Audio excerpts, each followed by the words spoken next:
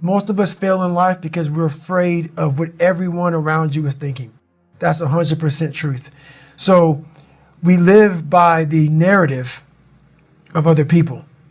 When I first called a recruiter to be a Navy SEAL and I was 297 pounds, the first recruiter looked at me and said, "You're not going to be able to make this, man." So what he was doing was he was projecting his energy on me. He knew he couldn't be a fucking Navy SEAL. So God help this black guy, because I was only the 36th African American to make it through in over 70 years. How's this black fat guy going to make it through in my ass? He wouldn't even want to try. So he's projecting this. So a lot of us who are negative people, all we do is project how we feel on other people. So what happens is there's a lot of negative people walking around the planet Earth who are afraid to try. Because a lot of people are very negative in this world. So we are afraid to fail. Why? I told you, man. Shouldn't even tried it, dude. Just chill out, relax. Why are you so crazy? Why are you so obsessed? So all that stuff drives the quitting mind, I call it. The mind wants to quit. The mind's tired. The mind's tired. The mind's deserving. The mind thinks it's very deserving. So yes, the biggest problem in this world is other people, not yourself. It's other people in your head. They are puppet mastering you pretty much on your life. I realized once I was talking to myself the right way and all this shit wasn't in my mind, wow, I went from this piece of shit kid who thought he was dumb, not successful, insecure, who stuttered when I first saw somebody, to a person who can now do all these things just because I now control my own mind. When you get to the point where you really fucking don't care, you become very, very dangerous. I'm not saying don't care like, I don't care if I do that. No, when you don't care about other people and how they view you, about how you walk, how you talk, how you dress, where you want to go with your life. You know, growing up, I didn't want to tell anybody I wanted to be in the military. Because why? Some of my black friends, I was afraid of what they think. You know, why you want to join the fucking military, man? Why the fuck you want to do that shit? I was afraid of what other people thought about me. So now, when I go in the military, I didn't know you want to fucking join the military. Yeah, I didn't tell you because I was afraid of what you thought. Once again, man, you're allowing other people to shackle your mind. It's the worst thing in the world. And anybody, not just Navy SEALs, but anybody that can accomplish anything that is hard, the only separator is that they really want to be there. There's some people that get inspired, and that inspiration moves them to try to do something. I like to ask people whether or not they have goals that they'd like to achieve, and hopefully they're goals that really are worthy of your efforts and your talents. I want you to shake someone's hand right now on your right and left, look them in the eyes and say, you have something special. I like to ask whether or not you have goals, but I want to ask you another question. How many of you know that if you had your life to live over again, you could do more than what you've done thus far? Raise your hands, please. Now, that proves the point that what we do and what we accomplish in life is only a tip of the iceberg of what's possible for us. So I want you to think about some goals that you'd like to achieve, and I'd like for you to, let's say, break them up in 3 categories. Number 1, I want you to think about some personal goal you'd like to achieve. And I'd like for you to think about some career goal, some business goal that you'd like to achieve. And I want you to think about some social contribution, some impact you'd like to make with your life. It was Horace Mann who said, we should be ashamed to die until we've made some major contribution to humankind. I believe we live in the greatest country in the world that gives us an opportunity to leave our mark, to make a statement with our lives.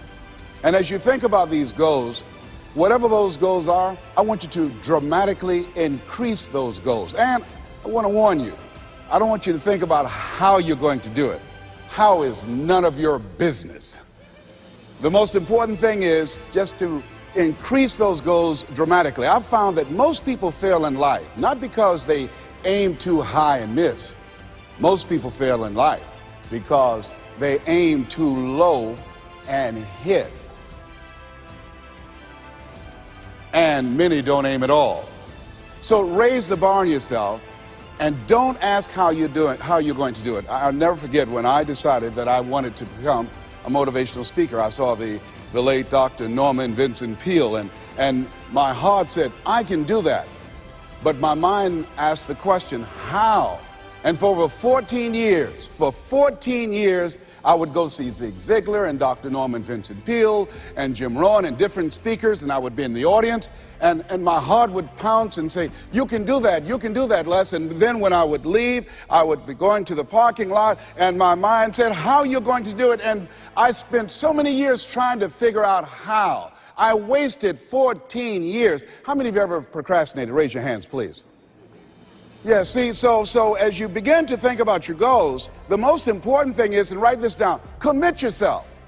See, once you commit yourself, the how will come, the way will come. Once you commit yourself, you will then figure it out. And if you're going in the wrong direction, all you have to do is turn around and go in the other direction. You will figure it out. You want to begin to just challenge yourself. You want to stretch yourself because you really don't know what you can't do. There's some real utility in shouldering the sort of responsibility that stops you from wasting time.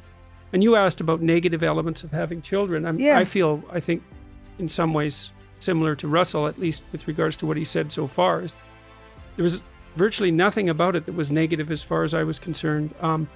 I suppose I was somewhat, it was difficult to sort out how the attention was going to be split in the household. I missed your mother when she was so occupied with the infants. But having children more than made up for that. And, you know, kids get a bad rap and people think of them as an impediment to freedom. And it's such a foolish way of thinking because it's so remarkable to have children and you can have the best relationship. You have the opportunity of having the best relationship with anyone you've ever had in your life when you have children.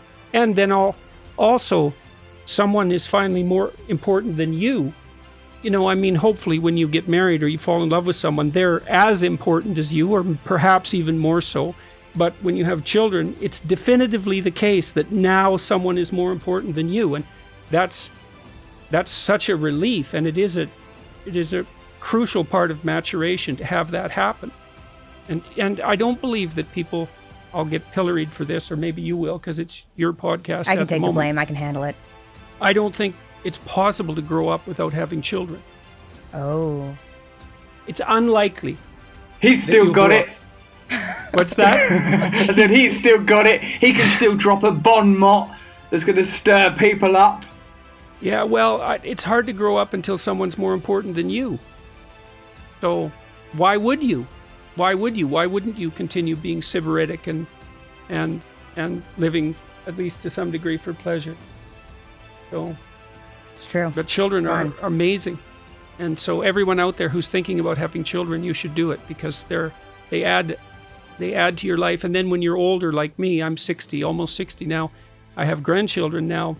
And I can't imagine how empty my life might be without that and more of that on the way. So, yeah. Say aye. Awesome. Then here's my question. What could fuck this up? Tell me, what could fuck this up? I see some of you going, getting in my head. You're right. Get in your head, you're what? Dead. But when you get in your head, what does that really mean? It means you're believing the most limiting thoughts. And you have to remember, we all have a 2-million-year-old brain. And it's not designed to make you happy, it's designed to make you survive. So it's always looking for what's wrong. Remember we played the game Look for Brown and you all saw beige shit and called it brown just to feel successful? I said look for red, you saw burgundy, you called it red so you could get more scores. Whatever you're looking for, seek and ye shall what? Find. It says that in a very good book called The Good Book. And you don't have to be religious to understand this, but this is a fact of life. So if you and I are going to really take things to a different level, we got to see what could mess it up. So the mind could mess it up, but what aspect of the mind? What makes us start to believe those thoughts? What's the emotion that messes us up? What is it? It's absolutely fear. But there's more than this. Every day of our lives, we live in a world that is incredibly complex. It is no more stressful than World War II, when none of us in this room probably remember that time, but it looked like democracy was disappearing and the Germans were going to win at one stage. That's stressful. Being in a foxhole is stressful. Your not making as much money as you want, or being a little overweight, or someone calling you names online. That shit is not stressful. We're making it stressful. We've lost perspective. Who's with me on this? Say aye. So what's really useful, I think, today is for us to figure out what messes us up. And one of the biggest things that messes us up is expectation. Right? What did we say the other day? Trade your expectations for appreciation, and your whole life changes.